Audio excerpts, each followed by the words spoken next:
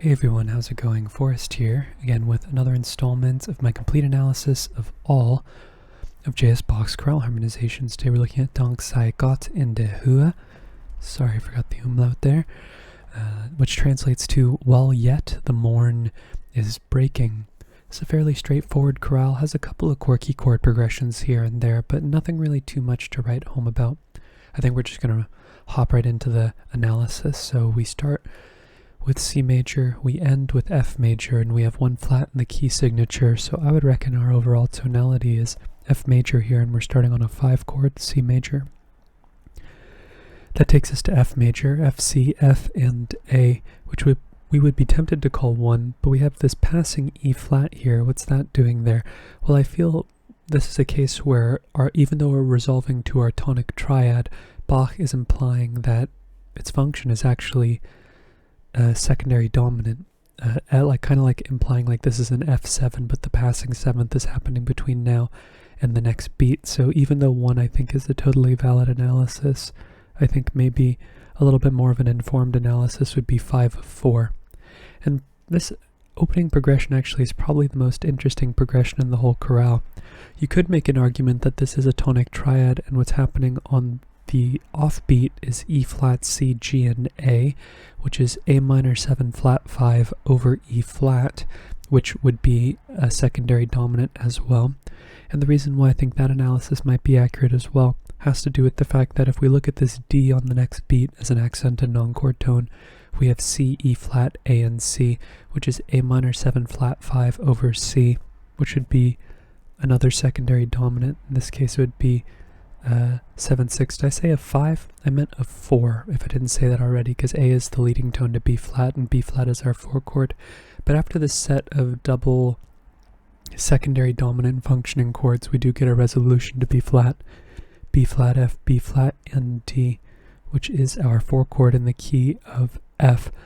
So whether you analyze this as a 1 chord and then we have a secondary dominant after the fact, because E flat is maintained over 2 beats, or over the span of 2 complete beats, I think it's entirely up to you. To me, to stay consistent with my analyses I've done in the past, we see that we have a tonic triad here with a flatted 7th and passing afterwards. It typically resolves to a 4 chord, and where in this case that resolution isn't immediate, it is not too distant, and it's just prolonged by another secondary dominant. And when we have a progression between a 5 chord and a 7 chord, there's not really a strong progression going on. It's just the idea of this tension is being sustained before the resolution. So typically speaking, we get a chord to break these two up, like a tonic triad or something, but here no, we just have more E flat and tension bridging the 2 chords, which is interesting, probably the most interesting chord progression in the whole chorale. But regardless, moving forward, passing 7th in the alto, C, E natural, G, and C. It's our 5 chord C major. Another passing tone in the alto, D, F, B flat, and B flat. That's B flat major over D, which is a 4/6 chord. Bit of a deceptive progression here. Another passing tone in the alto, E, C, G, and B flat. That is C7 over E, which is 5/6/5. And our imperfect authentic cadence concludes with F major, F, C, F, and A, our tonic triad. And looking ahead, we have a phrase that ends with a perfect authentic cadence in the key of F. Not as much happening in this phrase harmonically. We started off with another F major chord, F, C, F, and A, so we don't need to reanalyze. And then we get B flat, C, E, and G, which is C7 over B flat. It's 5/4/2. And we would typically expect this to resolve down by step and to a chord that is a 5th away, so basically our tonic triad in first inversion. But this is a configuration we've seen in the past with Bach, where the bass does resolve the way we would expect, but it's continued into this double non-chord tone figure here, where the next 8th note after this passing tone in the bass is also a non-chord tone. In this case, it's an accented non-chord tone. If you've seen my videos in the past, chances are you've seen this double sort of adjacent non-chord tone figure going on in the bass especially, but it's this F that is our chord tone. And what ends up happening is, because he continues in this 4/8 note passage, we end up resolving to our tonic in root position, F, C, F, and A. But just bear in mind the fact that the bass still resolves properly, and we're still moving to a chord that's a fifth below, so that's consistent across 4/2 chords for the most part. Next chord, C major, C, F, F, and G, or C, C, F, and G. This F is a 4/3 suspension over the bass. This B flat's a chordal seventh, but a non-chord tone. This A is a non-chord tone, so we know that 5 is being implied here. We then get C, B flat, E, and G. That is a 7 chord C7, so we'll just change the figure bass because the Roman numeral is the same. And then we cadence on F, F, A, C, and F, our tonic triad. Okay, moving into the next phrase, it ends on a half cadence in the key of F major, so no modulations just yet. We start off with C major over E, E, G, C, and G. This is our 5 chord in first inversion. Passing tones in the bass and the alto as well before we get C, C, E, and G. That's just taking our 5 chord and putting it in root position, so we'll just change the figured bass there. The C is a chord tone, B flat, F, C, and A. Chances are this B flat's an accented non-chord tone, and we're really looking at A, F, C, and A, which is our tonic triad in first inversion, F major over A. And then we go to G, B flat, D, and B flat, which is G minor in root position. That's a 2 chord. After a passing seventh in the bass and a passing tone in the alto, we get E, G, C, and C, which is C major over E. That's our 5 chord in first inversion. And we have a passing seventh in the melody before we get F, A, C, and A, our tonic triad, F major. Passing tone in the tenor before we get A, F, C, and A, which is our tonic triad in first inversion, so we'll just change the figured bass. And then we have some passing tones, one delayed in the alto and one not delayed in the bass.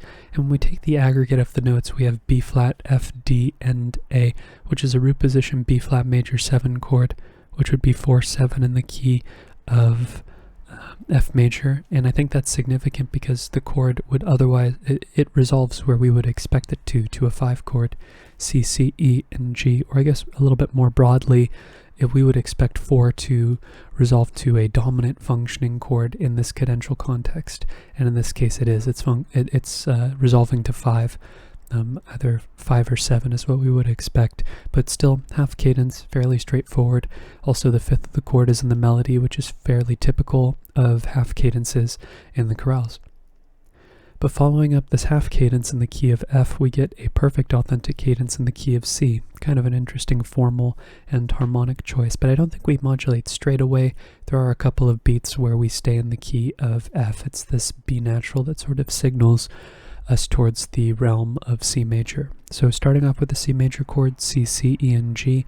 I guess this begins the zone, right, the modulation zone, because C and F and the chords that are being used at the beginning of this phrase are diatonic to both pitch collections, so you could say the modulation happens pretty much at any point, but I err on the side of having the modulation occur just about as late as possible. That's just a stylistic choice, and generally how I've trained myself to hear it, so either way you can hear it happening anywhere in this zone. You can mark it anywhere in this zone. That's typically where the modulation is going to occur. But C major, we don't need to reanalyze. It's still our 5 chord for my intents and purposes. And then we go to F, F, C, F, and A, which is our tonic triad in the key of F. And in the key of C, it also happens to be our 4 chord. And then we have three notes happening off of the harmonic rhythm here. We have E, D, F, and B, which is not really an analyzable chord. We have like the makings of like an E minor 7 chord, but we have this F here, so not really worth analyzing on the page because the chord is not really decipherable. It's definitely more implied rather than literal. But after our 4 chord, we go to D, E, G, and C. Another one of these sort of double non-chord tone figures like we had at the beginning of the chorale, where the non-chord tones are in the middle adjacent set of eighth notes in the 4/8 note pair, or 4/8 note group. A pair would be 2, right? 2 pairs of eighth notes. But what we look at after this D is C, E, G, and C, which is our tonic triad, C major. And that takes us to F, D, A, and D, which is D minor in first inversion, D minor over F with the passing 7th in the melody, and we know that Bach loves 2-6 and 2-6-5 chords in cadential situations, especially in perfect authentic situations. And we would expect this to go to 5, which it does. G, D, G, and B natural, carried over from earlier in the phrase. It's G major, which is our dominant. E is a non-chord tone. F is a little brief, neighboring 7th here. Our neighbor tone, yeah, it is a neighboring 7th because F is the chordal 7th to G, and the cadence ends on C major, C, G, and C, which is our tonic triad and root position. Next phrase, kind of interestingly, takes us to the realm of G minor. We end in a half cadence in the key of G minor, and we don't go directly to G minor from C major. That sort of reminds me of the chorale we looked at not too long ago. It might have actually been yesterday, either yesterday or the day before. No, it was the day before yesterday. Yesterday's chorale was very short. You should check that out if you don't have too much time to get into one of my longer videos. The video is literally less than 10 minutes long, and it's packed with some interesting chord progressions, actually. It's a fairly quaint chorale, but still quintessential Bach nonetheless. But afterwards, we're going to be moving to the key of G minor, not directly like we were a couple days ago, but rather through the key of F major. So we start off with the C major chord, so we don't need to reanalyze it in terms of C, but in terms of F, it is our 5 chord. And that takes us to F, A, C, and A, but what you might recognize from earlier is this E flat here. So this E flat might be signaling towards the key of G minor, but in this case I think our trajectory is B flat, and our tonic is actually disguised as our 5 of 4, and this E flat is sort of functioning as our indicator that it wants to resolve down towards D, which it eventually will. So this E flat is being held under the bass. It's syncopated. We have E flat, A, F, and C, which is F7 over E flat, so 7-4-2 is the figure bass we can apply there.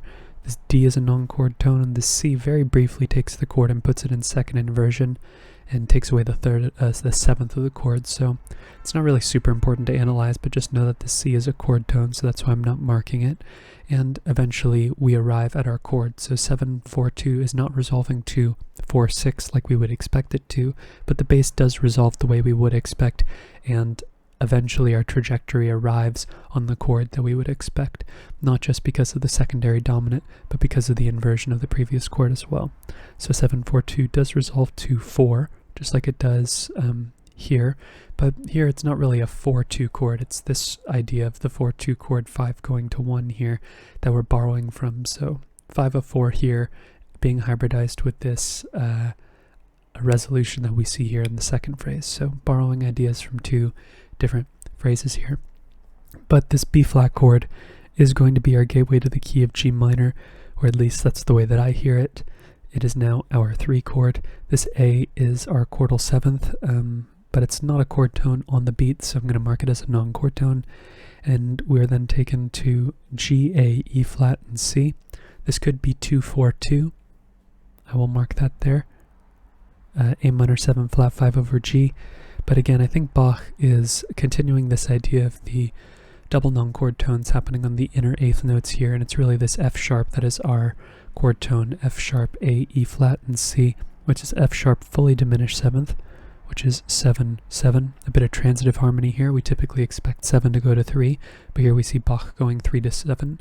And when Bach modulates using the 3, you often find him following it up with a dominant, so it's an interesting means of getting from one key to the next. But after our 7-7 chord, we would expect 1, and that's what we get. G, B flat, D, and B flat. It's G minor. Passing tones on the lower voices before we get B flat, D, D, and B flat. Interesting chord here. I guess technically speaking, we have a 3 chord, literally speaking. Actually, I think what's being implied here is a rootless triad. And even though this is literally interpreted as, or literally interpretable as a 3 chord because we have no root, B flat, D, D, and B flat would imply a B flat major chord. I think it's more likely this is implying a G minor chord in first inversion, just because this pattern is relatively common in Bach, and we're sort of drawing a comparison here to the half cadence we saw earlier, 1 going to 1-6, And then in this case we had a passing chord. Actually the bass and the alto are doing the same thing rhythmically, but we don't get an analyzable chord in the same way we got it previously. But still the bass and the alto move the same way, and we end up cadencing on 5, D, D, F sharp, and A. So clearly there is some symmetry going on between the beginning of the B section and the penultimate phrase. But yeah, whether this is a 3 chord or whether this is a 1-6 chord without the root, I'll leave that up to you to decide. I don't really think it's super important in the grand scheme of things, but seeing a rootless triad being implied here, in my opinion, is pretty interesting. It's a medium interest. But we are continuing into the key of F major. We do end in a perfect authentic cadence, and the modulation between the end of our phrase that we just ended and the beginning of the phrase we're about to analyze is direct. We have F natural here in the tenor against F sharp in the alto, so that half step cross relation that we have here suggests that there is a direct modulation, which is interesting because Bach could use chords to modulate using there are chords that are common between both keys, as we saw earlier, B flat being one of them. But here Bach chooses to butt the F natural and the F sharp right against one another, and just directly modulate, that is. We start off with D minor, D, F, D, and A, which is a 6 chord in the key of F major, passing tone in the bass, passing 7th, and then we get B flat, C, E, and G, which is another 5-4-2 chord, C7 over B flat. And we would expect this to resolve to 1-6, but again, Bach has been resolving his 4-2 chords in this particular chorale with this descending configuration, passing tone in the bass, another accented non-chord tone, then we get F, C, F, and A. So remember, bass is resolving properly, and then we get the resolution to where the root of the chord we would expect to be on the next beat. But after our tonic triad, we get C, C, F, and G, very similar to how, in fact, this phrase might even be, it's more or less identical to the ending of the A section. So this is like a balanced binary form, pretty much in the wild, like a textbook balanced binary, or rounded binary. I always confuse. No, I think it's a rounded binary. Now that I'm saying that, I'm not super good with formal terms in that regard, but we're seeing a harkening back to the end of the A section. That's basically what I'm trying to say. But we start off with 5, or we start the cadence off with 5. This F is a 4-3 suspension over the bass. B flat is part of this embellishing figure. It's our chordal 7th. A is a non-chord tone. Then we get C, B flat, E, and G. We'll just put a 7 there because it's the same Roman numeral. And then we cadence on F major, F, A, C, and F, which is our tonic triad and root position. And that is today's analysis. This double secondary dominant figure, at least the way that I analyze it's pretty interesting. Of course, you could analyze this as one which would nullify the point to identify this as 2 secondary dominants, but consistent with the way that I've been analyzing, if I see a lowered 7th next to a tonic functioning chord, it typically resolves to 4, and even though it doesn't do so immediately, it does so in a relatively close proximity, so that's worth pointing out in my opinion.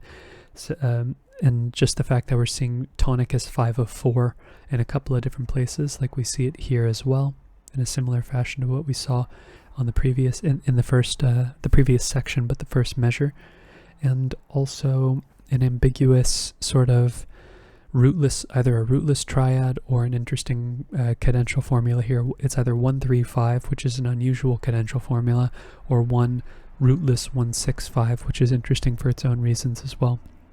And a direct modulation, which is on the less common side, but not really as It's definitely it's not unprecedented. But that's pretty much all I have to mention about this chorale. If you're interested in following me along on the journey to analyze all of Bach's chorale harmonizations, feel free to subscribe to the channel, hit the notification icon if you'd like to be notified of my daily upload, and like the video if you enjoyed the content. But with all that being said, thank you so much for watching the video and supporting the channel by doing so. I look forward to tomorrow's analysis, and I hope you take care.